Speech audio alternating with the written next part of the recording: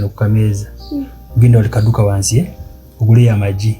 ga ojja kufuna wona ovumbe ku goliako so nkwate ku katono wano ndabe kwatira kawo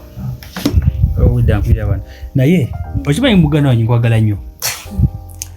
onjagala naye mbeko kyenkugamba okimanyi nti oyo gwe waleesa nnyiza ate naye kirala ogambye mufumbire naye tokalaba nti kalungi ojjukira luli gwe waleeta oyo nno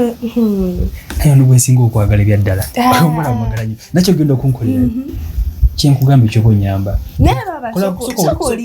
soka olindeko soka ompulirize omanyi lwaki nkwagala nnyo mukulu wabayogera tomuddangamu soka ompulirize kyogenda okukola kasente kintadde kameeza kali okyegenda ojjeko oguleyo amata bambi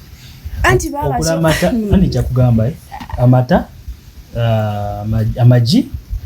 ojagulayo amagi nawe ojja kulya akukwaga amagi musike bulungi omutwalire bambi mutwalire enjala emuluma naye baba omuganyi woyo talina mikono kunze naye ali mukulu wandibadde omugamba nti waliwo omuganda wange omuto yandibadde akera ku machansi nategekera kyali nkumanyira tokimanyi ndi mukulu wo lwaki gwa mmanyira oleeta wate wane bakazi wane wakona otandika mu omufumbire ekyali abakazi nga batambi bamba gwe okimanyi ndi mukulu wo kyenkugambye okimanyi